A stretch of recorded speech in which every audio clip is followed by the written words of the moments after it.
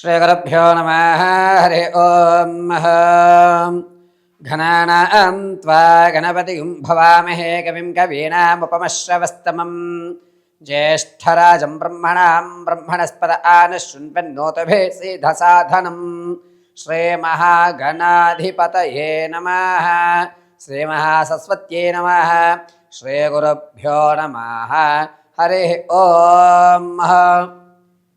పార్వతీ పరమేశ్వర అనుగ్రహంతో ప్రతి ఒక్కరికి కూడా ఆయుర ఆరోగ్యాలు కలగాలని కోరుకుంటూ, అదేవిధంగా మీరు అనుకున్నటువంటి ప్రతి కార్యక్రమము దిగ్విజయంగా ఎటువంటి ఆటంకాలు లేకుండా శ్రీమన్నారాయణ కటాక్షం కలుగుతూ ఆయుర ఆరోగ్య మనోవాంఛలు కలుగుతూ ఉండాలని కోరుకుంటూ, డిసెంబర్ నెలలో ఈ మేషరాశి దగ్గర నుంచి మొదలుకొని మీనరాశి వరకు కూడా ఏ విధమైనటువంటి మార్పులు జరగబోతున్నాయి, అద్భుత అవకాశం ఈ డిసెంబర్ నెలలో మనల్ని ఏమైనా వరిస్తోందా, ఆర్థికంగా ఈ నెల స్థిరత్వం ఏర్పరచడానికి ఏదైనా అవకాశం ఉందా, ఈ డిసెంబర్ నెలలో ఏమన్నా పెను ప్రమాదాలు ఉన్నాయా, ఒకవేళ అటువంటి ప్రమాదాలు ఉంటే తప్పించుకోవడానికి ఎటువంటి దేవతారాధన చేయాలి, ఏ మంత్రాన్ని మనం నిత్యము ఉచ్చరించుకోవాలి, ఈ నెలలో మేషం మొదలుకొని మీనరాశి వరకు కూడా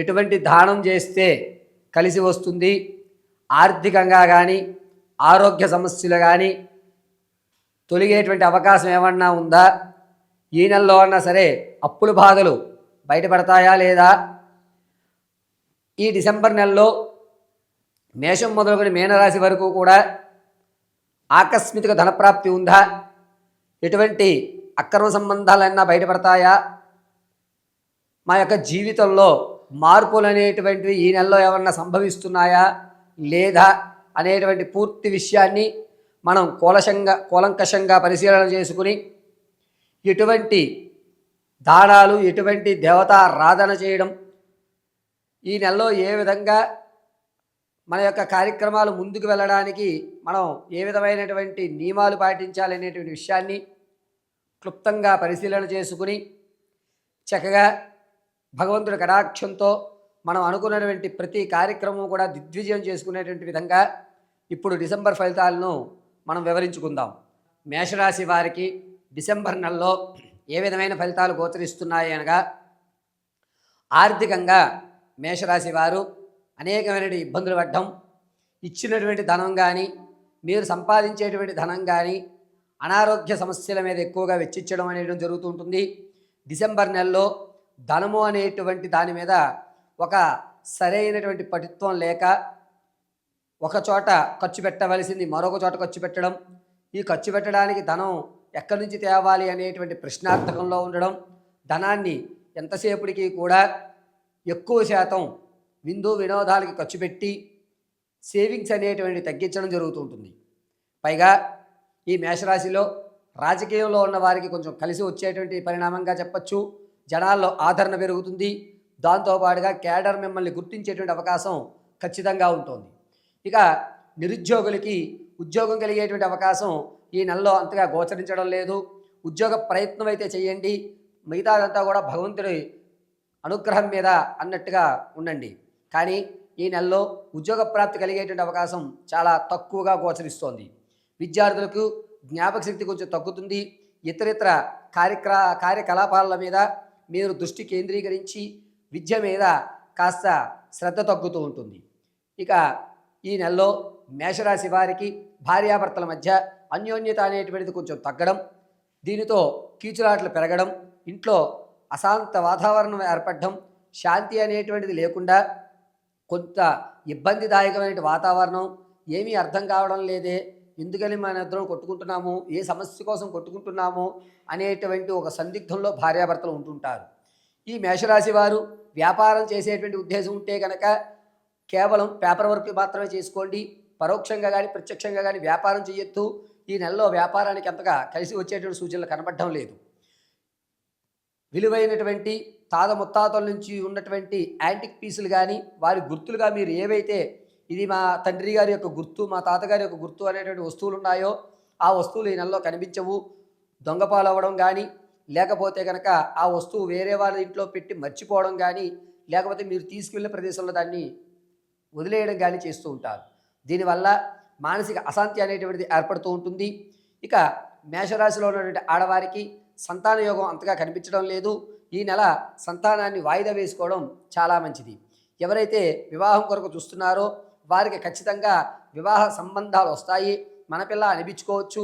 రానున్న రోజులు శుక్రమూఢం ప్రారంభమవుతుంది కాబట్టి రానున్న రోజుల్లో మనం ఈ సంబంధాన్ని కొనసాగిద్దామని జాతకాలు సరిపోయాయా లేదా, పిల్లాడి బ్యాక్గ్రౌండ్ ఏంటి, అమ్మాయి ఏ విధంగా ఉంటుంది, వాళ్ళ నడవడిక ఎలా ఉంటుంది, బంధుమిత్రులు మనతో కలుస్తారా అనేటువంటి పూర్తి విషయాన్ని ఖచ్చితంగా ఈ నెలలో మీరు సమాచారాన్ని అందించుకుంటూ ఉంటారు.